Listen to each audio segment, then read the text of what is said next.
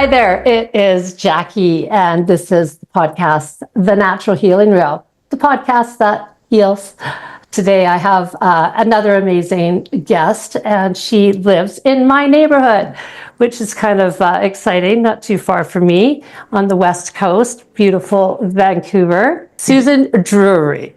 So Susan Drury is a true modern day mystic, visionary, a healer, teacher, and a transformational mentor.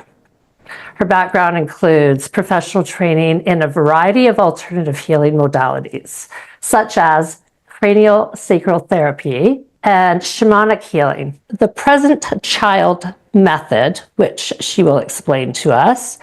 And her spiritual training has evolved over years of intensive meditation through ancient wisdom, teachings, and higher dimensional guidance. She is an author of a book called Elevating Your Origins to Love, a guided journey of transformational healing and power. So you started doing this whole spiritual healing through your own path of, you were saying that you had pain, or you had come into some challenges in your own life, and through that you found therapy. Let's talk about that. How did all this start? Because it started, I've always been interested in, I'm not quite sure what I guess spirituality. I've always been interested in spirituality. But when I was 30, many years ago, I suddenly developed a very serious chronic pain condition called trigeminal neuralgia, which is excruciating pain in your face. The trigeminal nerve runs through your face, and trigeminal neuralgia is literally the inflammation of one or more branches of that nerve. And it's quite debilitating. When it's bad, it just stops you in your tracks. And it came on quite suddenly for no reason, but I was in quite a dark time in my life and feeling very trapped, helpless, hopeless, even though everything on the outer surface looked great.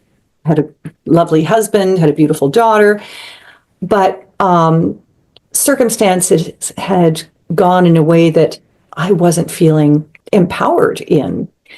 And so out of the blue, this condition arose. And I explored whatever medical treatments could be done, including brain surgery. I had brain surgery.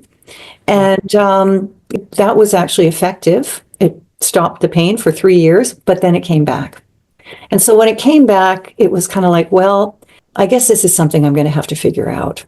And so that was the impetus for getting into alternative healing. And do they know what causes that?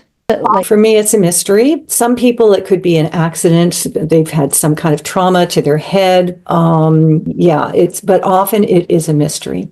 Mm-hmm. And so that was part of it. It was like, okay, this is a mystery that I guess I'm going to have to figure out. This is my journey.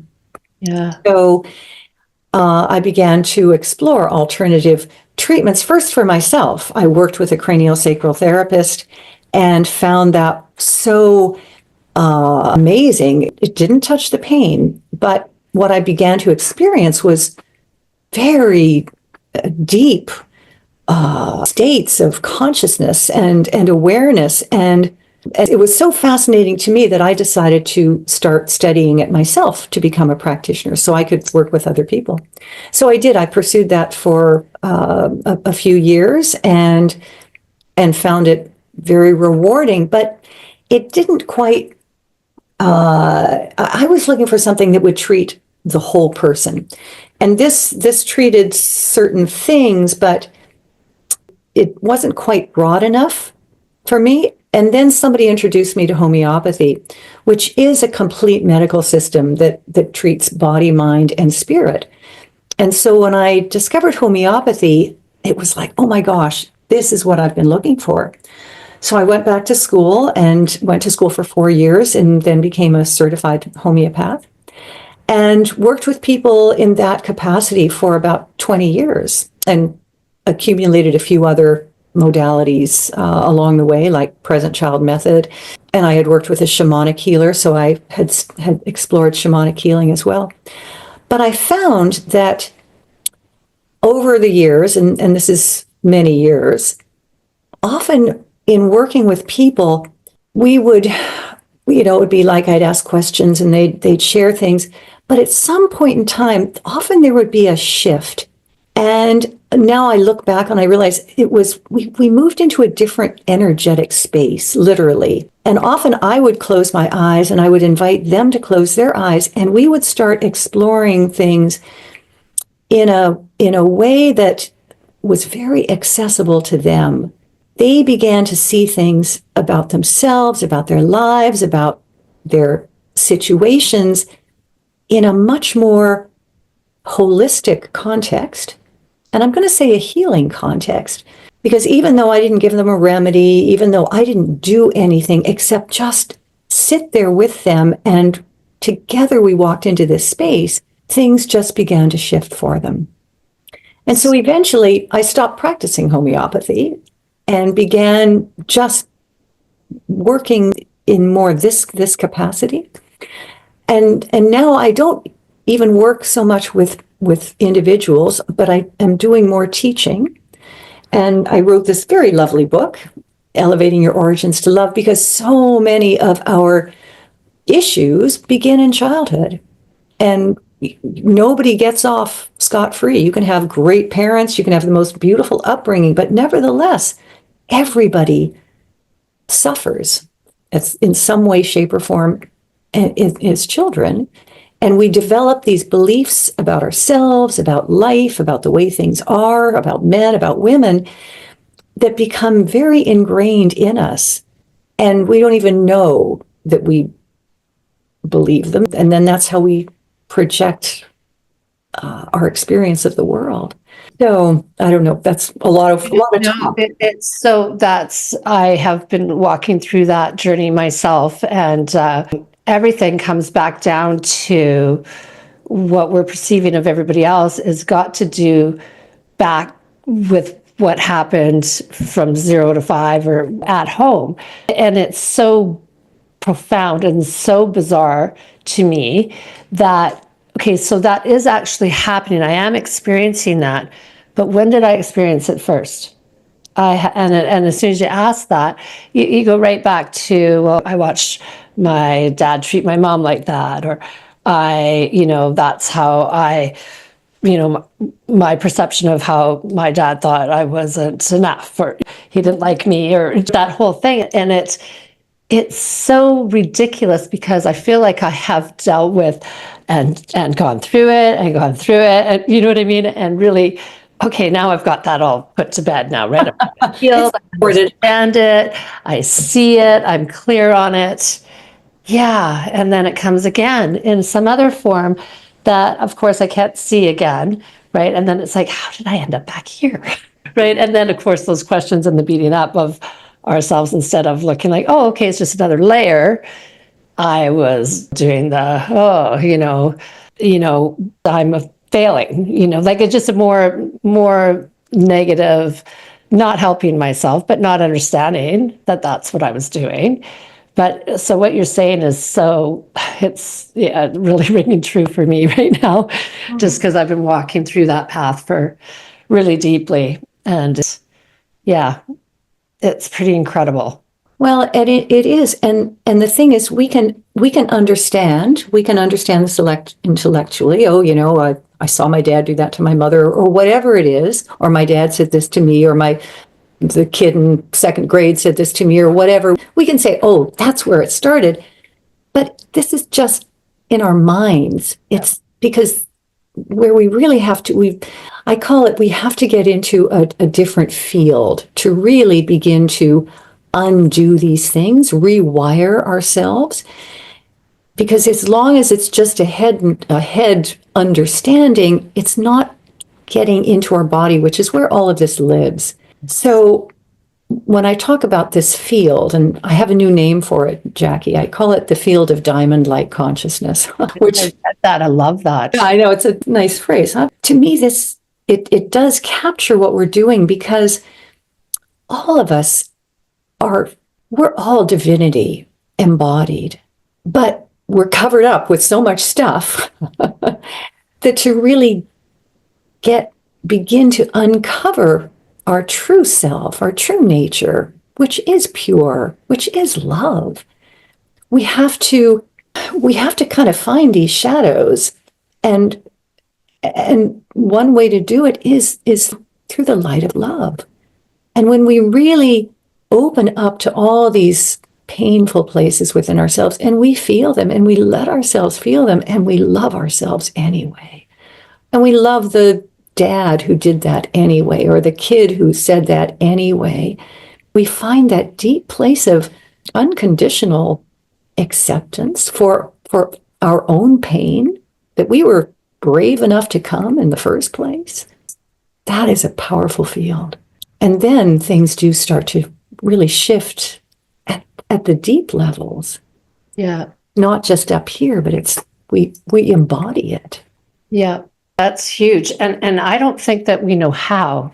We just haven't been educated in that kind of, to have somebody, you just said that so You beautiful. didn't learn that in third grade? Just beautiful how you just said that, because it's just so true. That's exactly 100% what's happening. And yeah, we just don't know how to help ourselves, I think, is the big thing, right? Hence my passion to interview people who are sharing this, like yourselves, because we don't know this stuff. We know it once we start to, but we don't know to go do that, or anyway. It's not easy.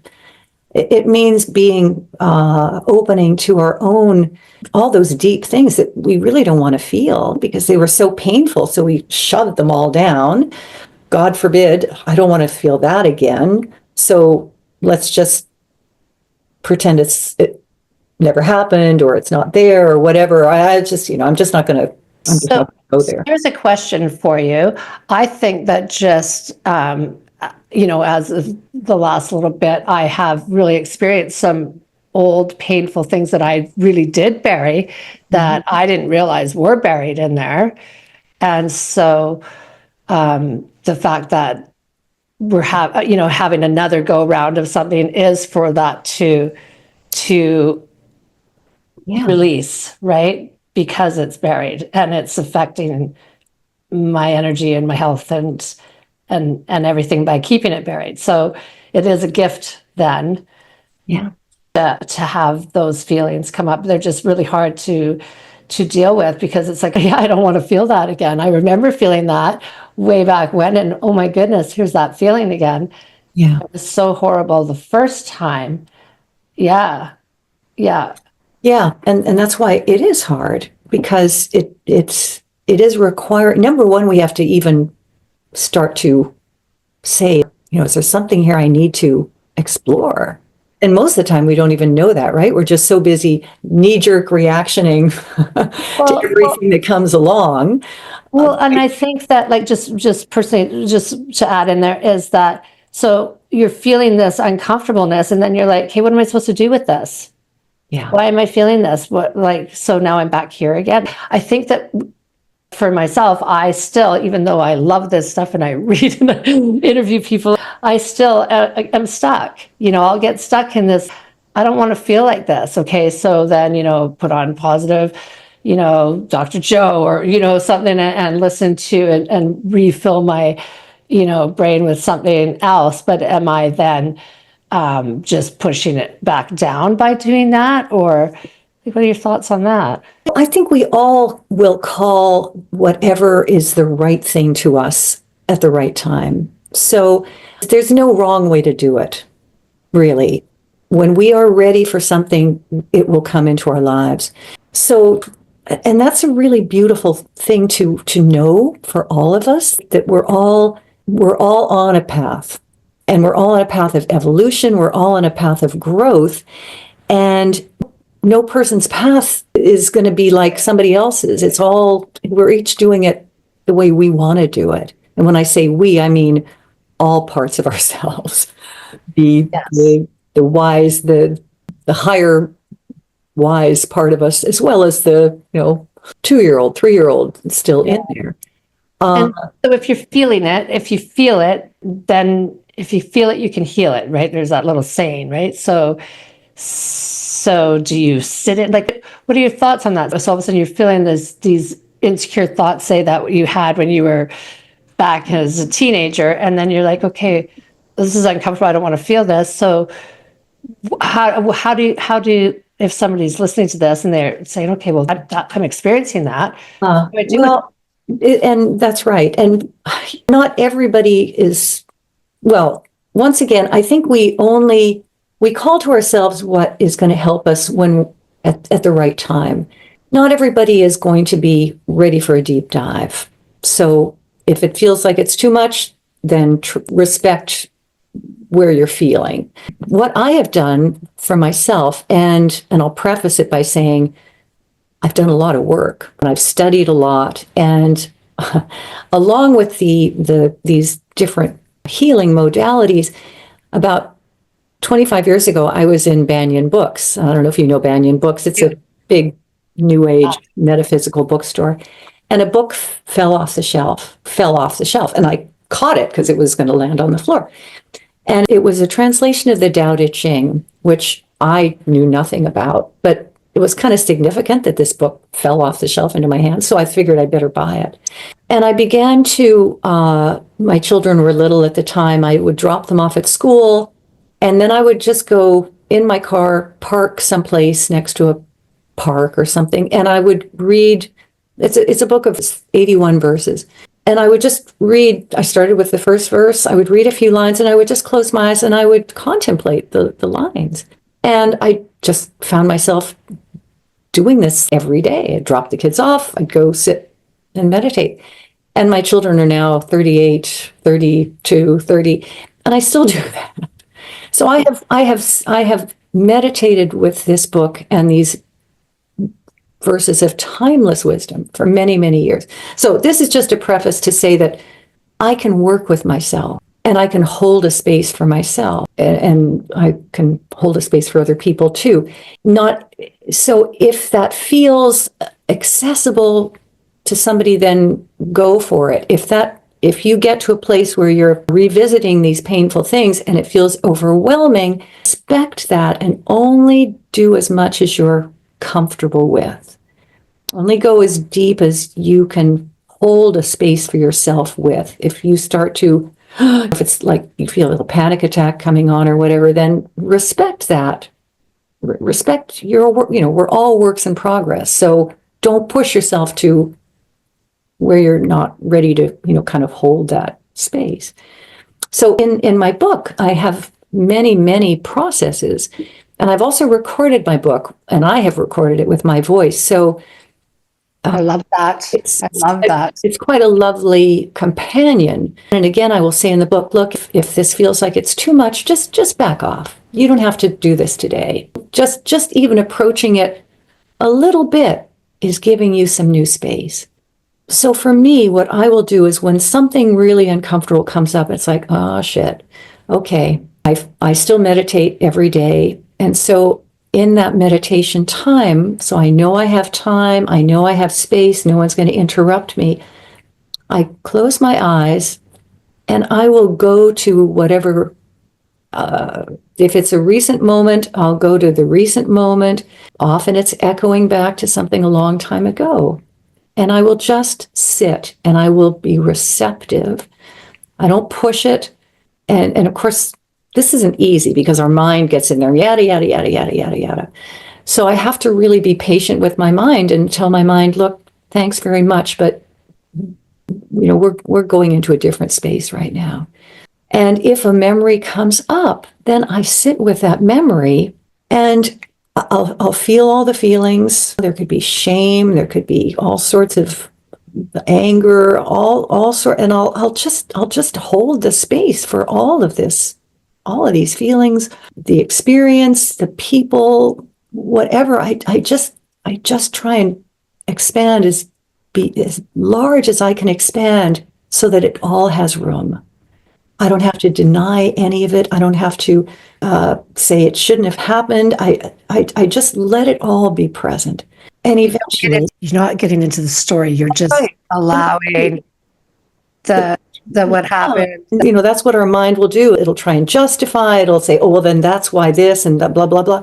No, just I literally will feel myself expanding beyond my skin, and so there's space for all of it to just be felt, just be held, just be compassionate for all of it, compassionate for the me that had to go through this, compassionate, and eventually, if there were other people involved, and usually there were, start to look at them. What was going on for them in that moment?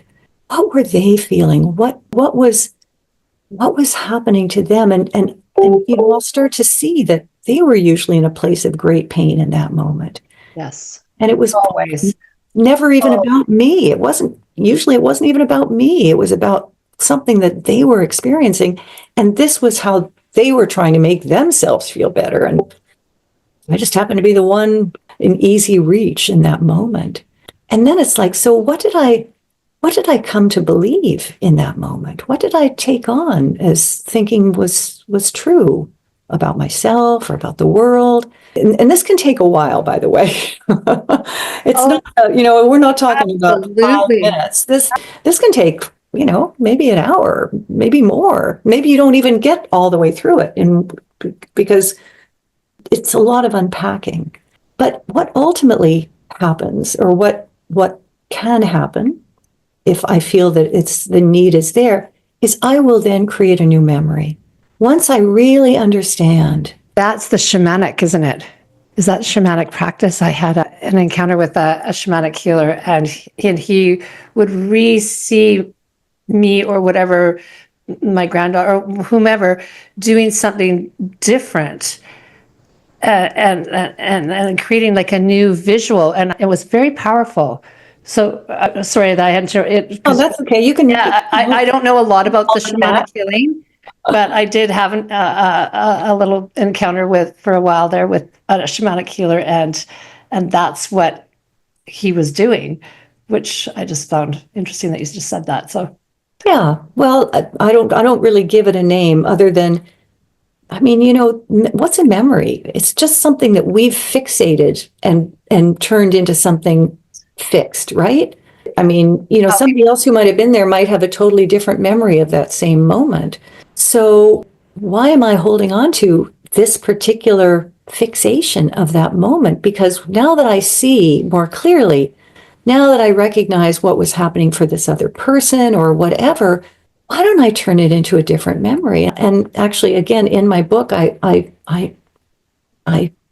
share the process that I went through with a couple moments with my dad. And I began to feel what would be a more satisfying memory of this event. And so I'll sit there and I'll let other scenarios come forward until I feel one that really resonates. And I might have to try a couple. That feels pretty good, but it's not quite what I'm looking for. And so again, this may take some time. But I really love that, because how we're perceiving things, we're all perceiving everything totally different, even though we're experiencing the same thing. And we think that everybody's having the same perception, and we're not. So there's that just to start with, right? And then, so this is so big. Yeah, it is. And often you realize that the person's motivation wasn't even to hurt you, but was actually, maybe they thought that they were trying to protect you, that it was important that you look at life like this, because for them, that had been their way of compensating for their own hurt feelings. Right. So when you realize ingrained into them, right? What was shoved into them from their parents and so on. It just been one trauma after another. And so they wanted to protect you from that trauma. But instead, of course, you know, you ended up being traumatized yourself. So when I find a scenario that really resonates, and it's always one of love, you realize they were never trying to do anything other than be love, but they just couldn't express it. They weren't feeling it in that moment themselves. But of course, ultimately, underneath it all, we love each other. Our parents loved us more than they could express. And just like we love them. and then that new scenario, which is true, which is the true scenario, that it was always just love. When you feel that, Yeah, see, that's such a big thing, I think, for us to wrap our head around in, right? Because we're feeling hurt or attacked or whatever. And so to sit there and to think, okay, well, that's coming from love, right? it's a big It's an step. attack, isn't it? And yet, it It's the truth. is the deepest truth. It is the deepest truth.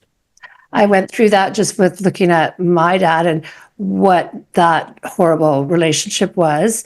And when he died, I found a memoir.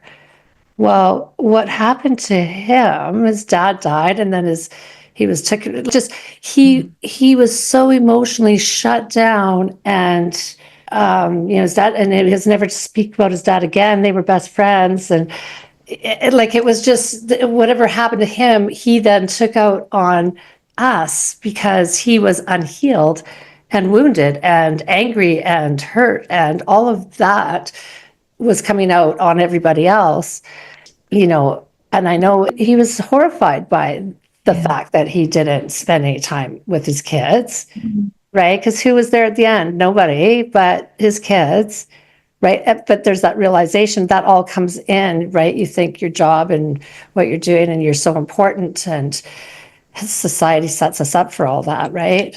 So it's, but you're 100%, like the whole thing is love.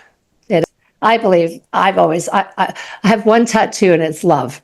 And it's because my whole life, I was like, I believe that I'm here to learn how to love myself because I didn't feel loved as a child. Right. And so here I am, as an adult, still learning how, right. But I think I've come a long way.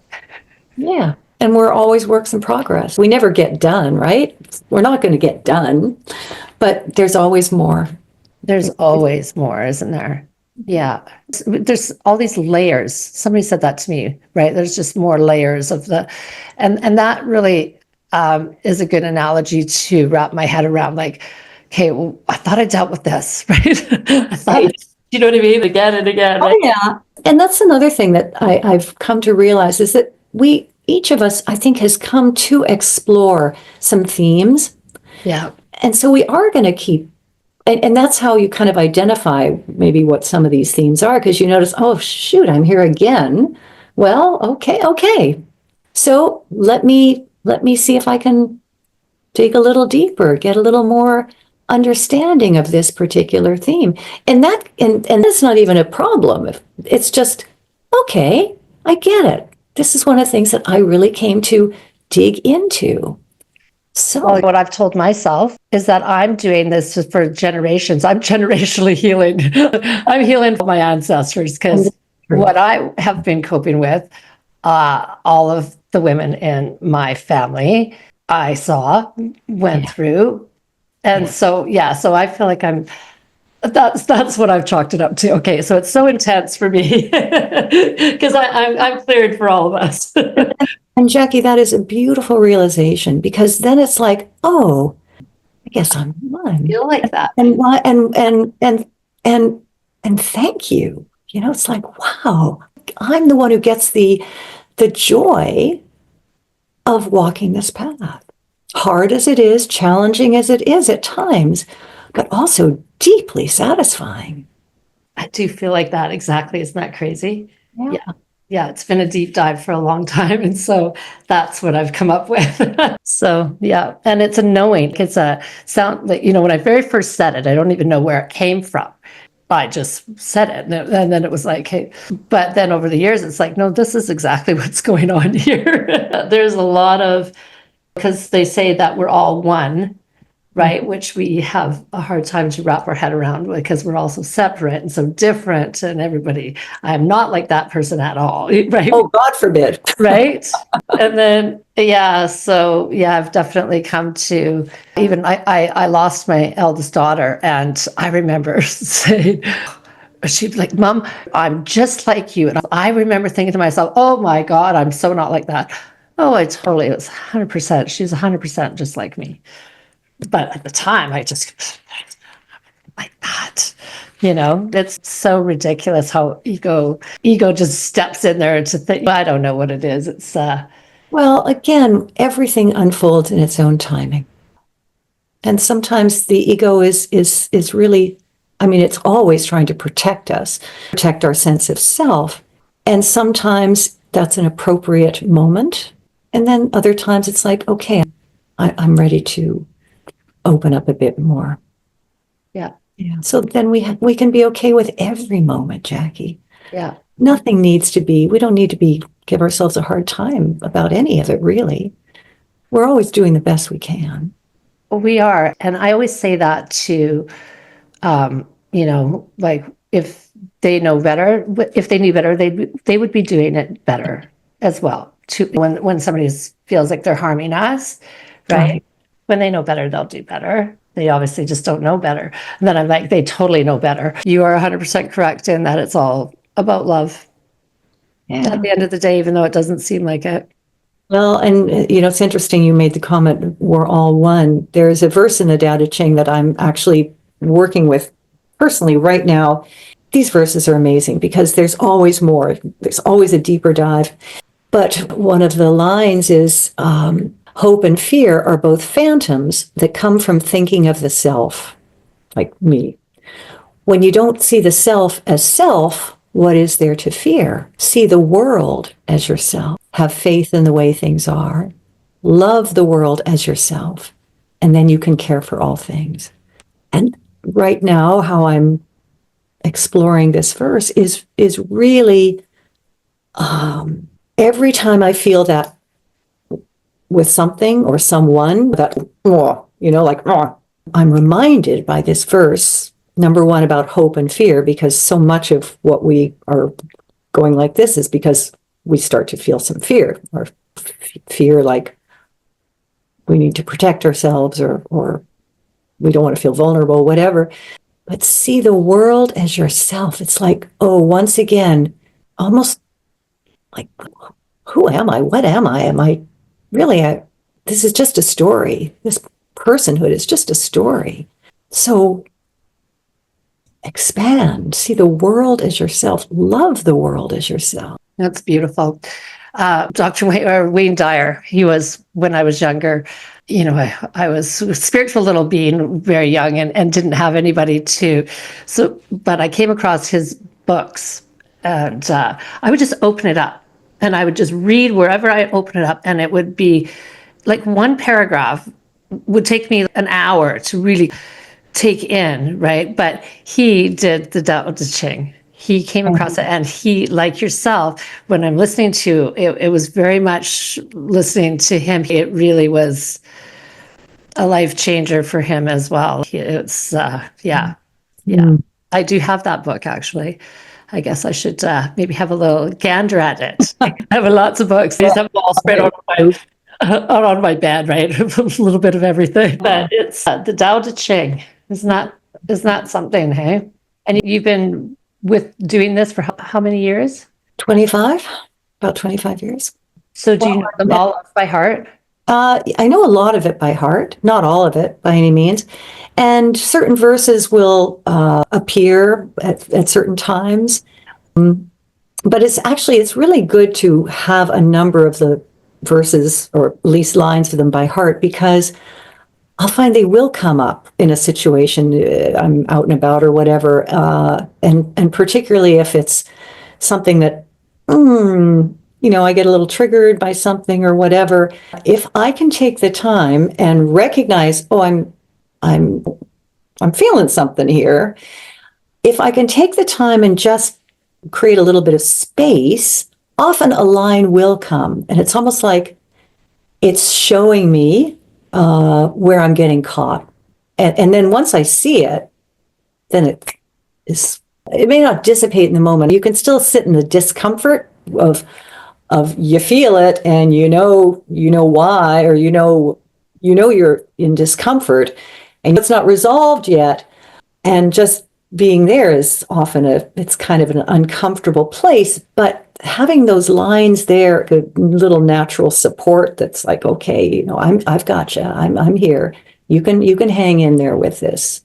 You can stay in the A friend of mine calls it that limbo state. You're not quite where you want to be, but you're also not so caught up in what you used to be really caught up in.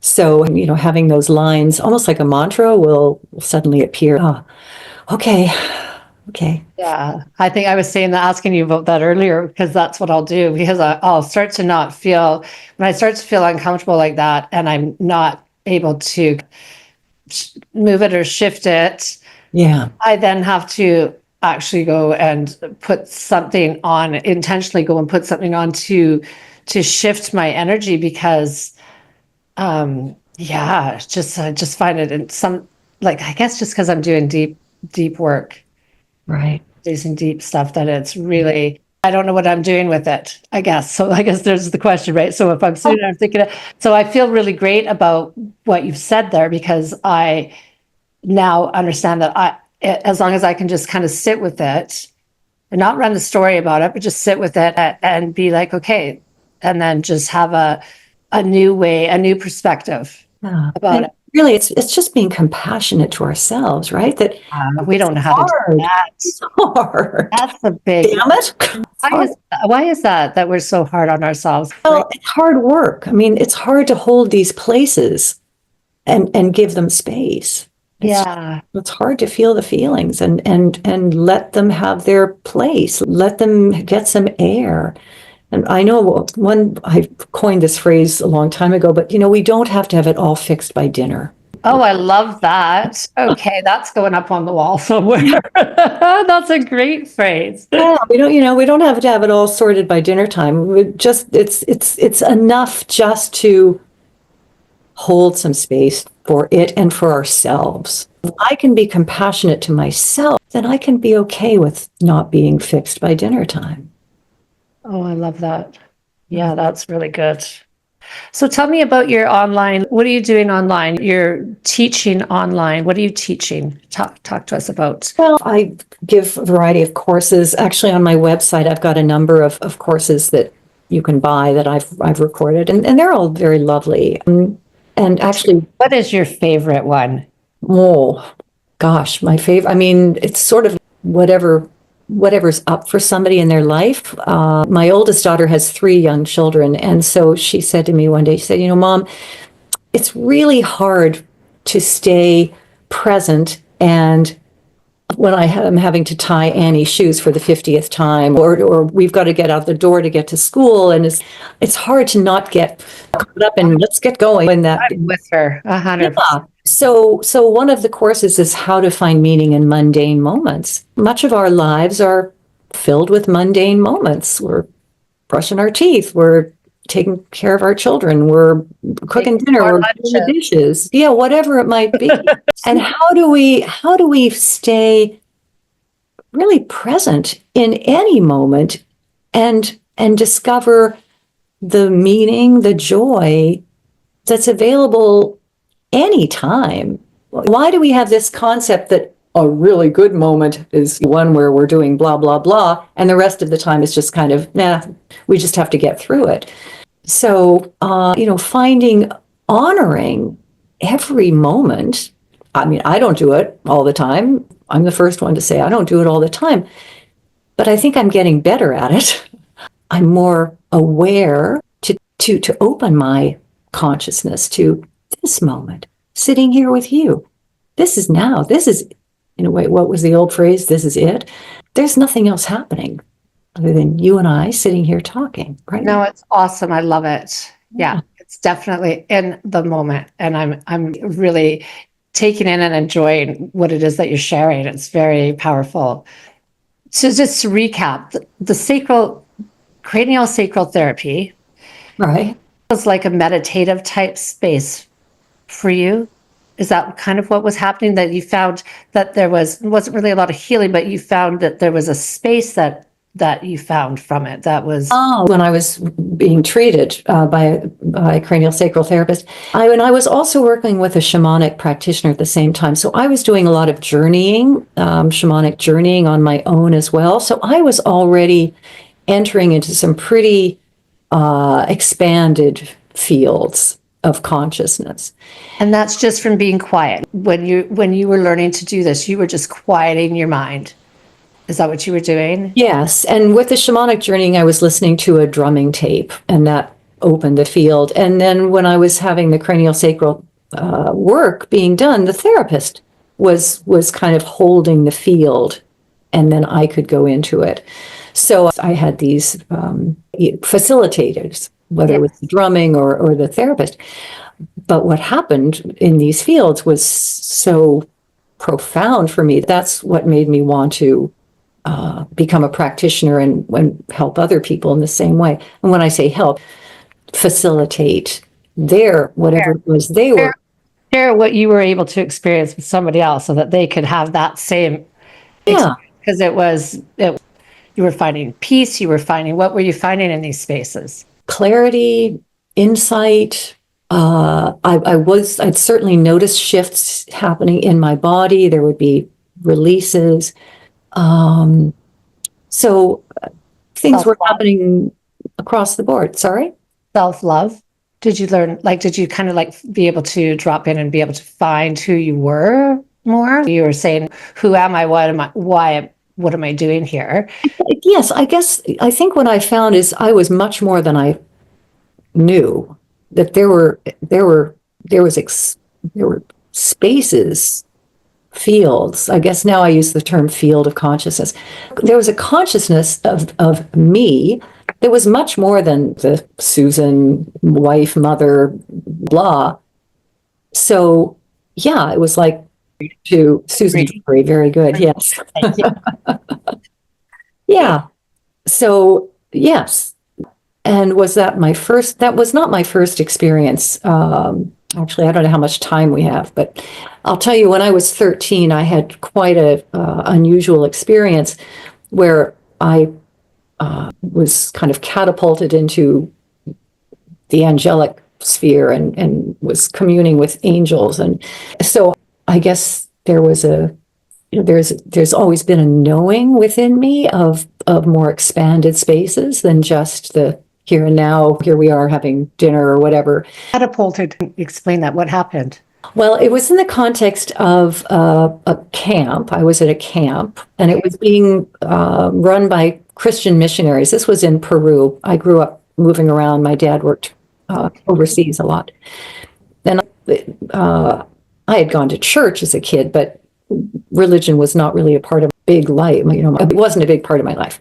But anyway, I went to this camp, and it was really fun. It was on the beach. And all the counselors were these young, really fun people, and we sang songs and we read the Bible, and this was all really fun. It was just fun. But one night, my counselor, and we were sleeping in tents, and she sat up with me and was going through some verses in the Bible, and I didn't know much about the Bible, but they were in the New Testament, and I think they're called the Roman Road to Salvation. There are a number of verses in the book of Romans. And at the end, she said to me, would you like to pray to Jesus and ask him to forgive your sins? Or I can't even remember what exactly she said, but I said, okay. And so I did. I prayed, and I don't remember what I even said in the prayer, but suddenly I was in, I guess you could call it an out-of-body experience. Some people have said, oh, you blew your chakras, or I can't remember, your kundalini. I don't know. Well, people have had different explanations for it. I don't know how long it lasted, but I know when I sort of came back, everybody was asleep, my counselor was asleep, and I was high, like I was in the state of ecstasy. And that continued for a while, and camp was incredible. And then I went through the rest of my high school years being much part of the born-again Christian community. We moved a few times in there. But as I got older in high school, I found that it was quite restrictive. I had questions that weren't being answered in a way that really resonated. So ultimately, when I went away to university, I kind of left that behind. Anyway. Interesting. Thank you for sharing that. I wasn't expecting that would come out, but that's fine. Oh, no, I had when I was 5, I woke up, my mom had they told me she wasn't coming back home. She had a kidney removed. Anyway, I was a mommy's girl, didn't have a relationship with my dad. And I remember I woke up and I looked and there was my mom, but she was about 80 pounds now with white hair. And there was three spirits. And to this day, it's crystal clear. And he went, shh, we won't hurt her. And I assumed that it was God bringing the angel. I could see through that was, it was just, anyway, my sisters laughed at me. Oh my goodness. I never told anybody again until I was like an adult and I had a reading and this woman stopped. She said, "You're scared of the dark." I was like, yes, I am. Because I didn't know what to do with that. Yeah. I knew it was angelic. I knew that there was, so I've known my whole life that there's a whole lot more going on than where anybody else seems to know about. And I didn't have anybody to answer those questions for me either. Yeah. And, I also had a similar thing at the Christian church where I was being told there wasn't dinosaurs and all of the things. Anyway, I was not happy with some of the stuff that was happening there either. So I didn't find my home there either. So yeah, hence I still out learning about it also. Never ending. Never ending. Yeah, but I do know 100% for sure that another thing after my daughter passed away, I did an intense year-long coaching type. Anyway, we went to Arizona, the Sedona, on the Easter long weekend, full moon. And we did this one-on-one thing where they were teaching us how to just let come through you, right? So then you're reading for somebody else. Anyway, Jesus came through me, and I don't know Jesus because I didn't go to church growing up. But literally what you were just saying there is a very similar experience. I was literally, my whole body was shaking. And what was happening there was, anyway, he's like, I have this relationship now with Jesus, who's like this very cool dude. He's like when I envision him or call him in, I just feel him like kind of grab me and hug me. And he's he's like my cool buddy. He's not in the church. Everything was I thought was very goofy. Do you know what I mean? It just was very uncomfortable for me, all that, right? Yeah. So there's a whole lot more going on out there than what I still even understand. But yeah, it's interesting. So thank you for sharing that with me, because that kind of just helps me assimilate what different experiences that I've had that not very many people can understand or accept to be a truth, maybe even. And my guess is many more people have had those experiences, but you were really little. So yeah, you didn't know what to do with it and nobody understood. No, And no. it's okay, better not bring this out again. Yeah. That's when you're laughed at like that, right? Yeah. So Well, I went home, my parents picked me up from camp, and the first thing I said was, "I've accepted Jesus as my savior, and you have to too." that went over. They didn't know what to do with that at all. So we had a big fight. And I mean, we didn't fight in my family. I'm an only child. It was like, I remember over the dining room table, my mother ended up in tears. I ended up in tears. So that became a very traumatic moment for me as well. I just had, this incredible exalted experience, but suddenly it was like, but wait a minute, but wait a minute. So I think this is not unusual that there's a trauma that comes because we're so wide open, we're so blown. Yes. And the world's not quite. Yeah. And to share that or whatever it is, you kind of feel, a little silly about it, or you know what I mean? It's not something that you want to share, but it's definitely a life altering. I do feel that even though I feel alone, I don't feel alone anymore. Yeah. So that's a very positive thing that came out of all of that, right? Absolutely, Jackie. Yeah. And to begin to, even for you, well, no, I'm not going to, I won't say anything more, but just we are so much more than we know. So too. I really do. I think we're so powerful and we just don't even have any idea how to tap into it, how to access it. I think that this work is bringing it forth to our awareness, at least, like to have a conversation about it and to have the conversations, I think is so important, right? Because otherwise we're all just keeping it within and it's not meant to be within. We're meant to support each other through. Well, I mean, the world is kind of needing the light, needing people to be brave and say, wait a minute, this old stuff is not working for me. This me to us versus them, staying isolated. It's really, I think it's time that enough people are courageous and start to really I'm seeing that now, aren't you? With Joe Rogan and Tucker Carlson, and they're starting up and saying like truth about that is real, like that, and it's not been like that before. That conversation was never out on a mainstream platform on those big platforms like that before. Wasn't being spoken about like that unless you turn to the Christian channel. You know what I mean? I feel like there's such a big shift that's actually finally happening. It's really exciting, I think.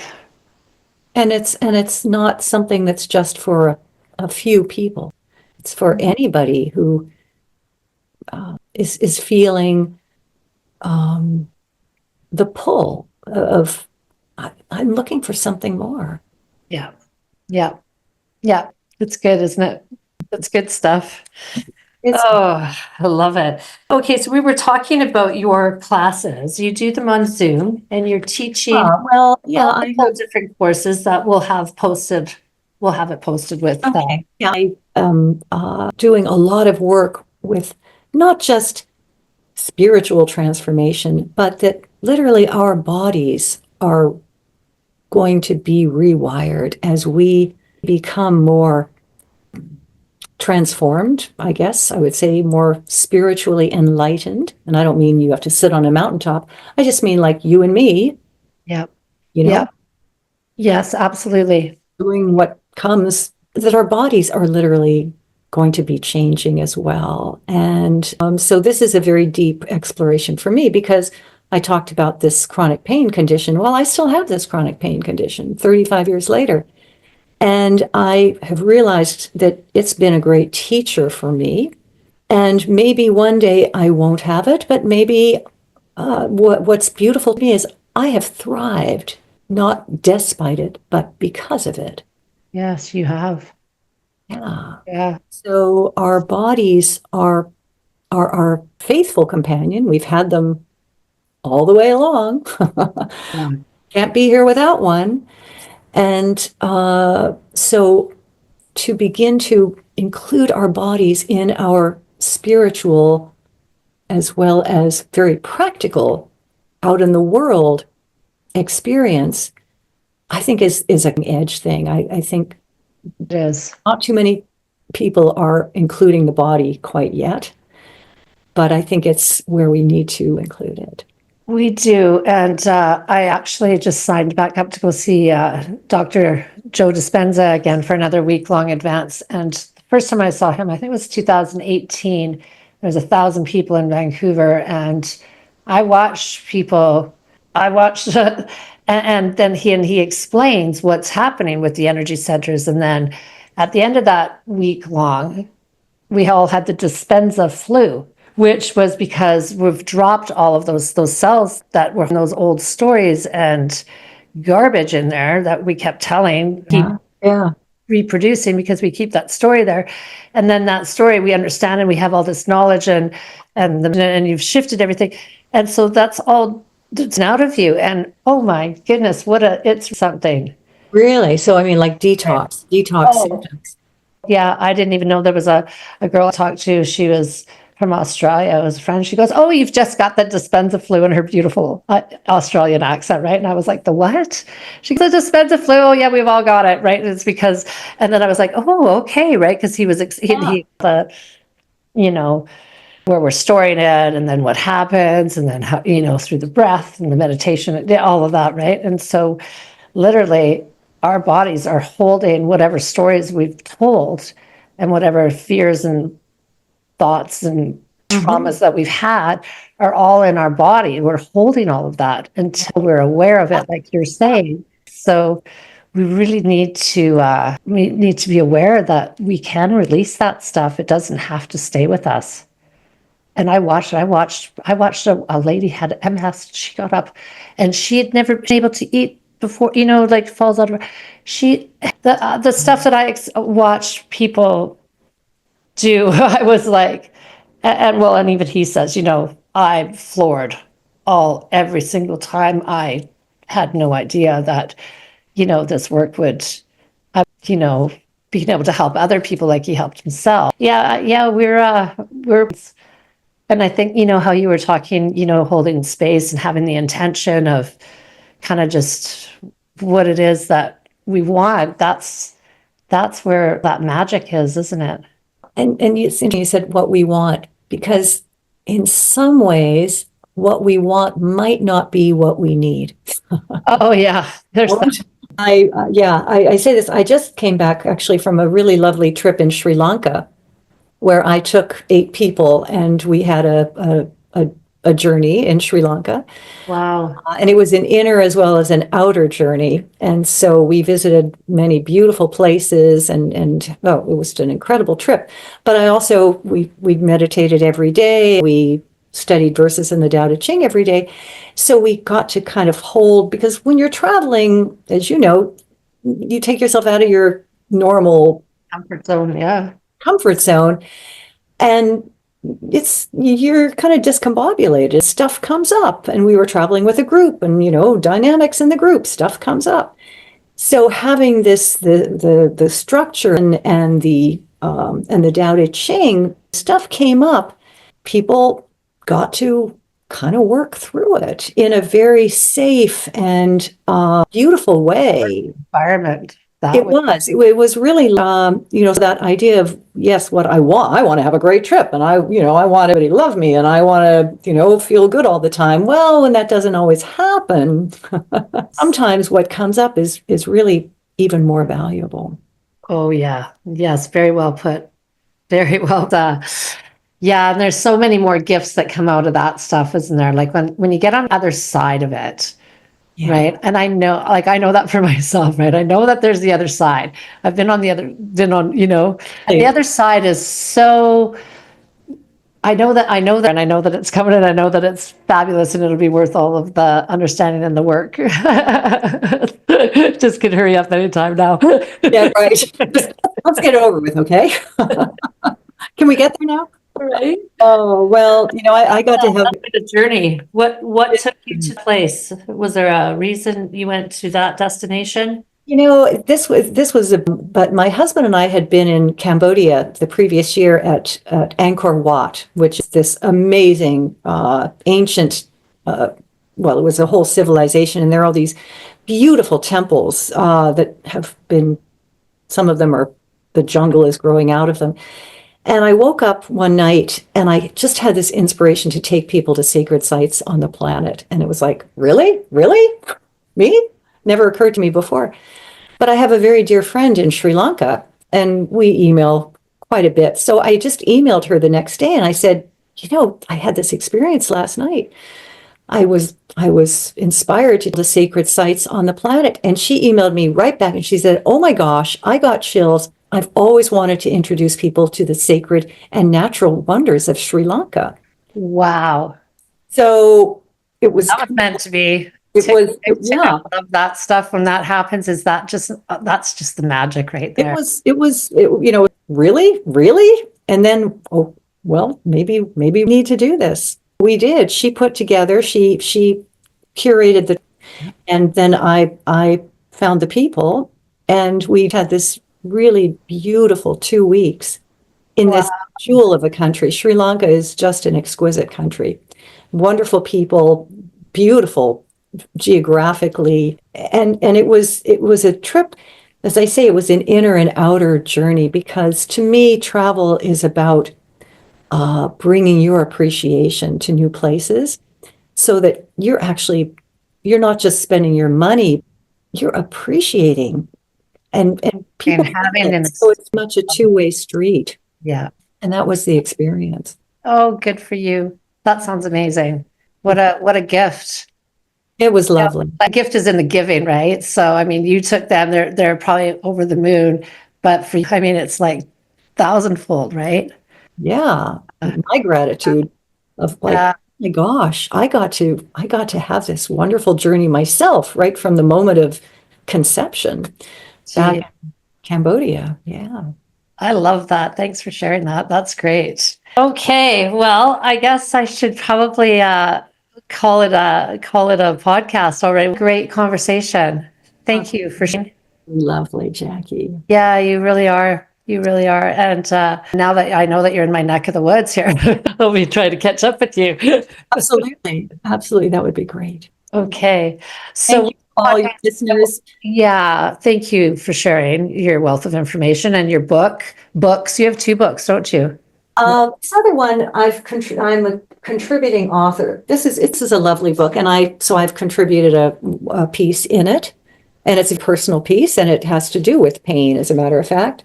Love Notes from the Soul. So yeah, but the book that I wrote. I feel like I have that book. I Really? feel like not your. I'm going to get that book. The first book. Love, Is it excerpts from different people? yes, that's right. I think that another lady whom I've become very attached to, Sandy Levy-Lundin, has got an excerpt in that book. Could be. I don't recognize her name, but I don't know. I know some authors, but not all of them. She wrote, I Just Want Peace. She, Course in Miracles was being written above her when she was in university out in New York. Oh, yeah. She's an incredible earth angel woman. Yes, yes, yes. I love her. You would love her. But I feel like I have that book, and she gave it to me, and I now have to go search for it. I just moved, so I still have books and boxes still. But isn't that funny? I'm going to go see if I have it so I can read it. Yeah. Yeah. Okay. And I will definitely be ordering your book. Yeah, it's on Amazon, and I think you can get it through Chapters Indigo as well. So. And you said also that, like, I love listen as well. On Audible. You know what I mean? Yeah, you can download it on Audible. I do like to have the book as well. It's nice to have both because there are all these meditative processes, so you can listen to those. You don't rather than read them and close your eyes. So it's nice to have them both. Yeah, it sure is. Okay. Well, thank you. Thank you. Have a good rest of your day. Enjoy the sunshine. It's just gorgeous out here where we live. Bye for now. Bye for now. Thanks for hanging out and learning with me about how we can become the best version of ourselves. See you next time.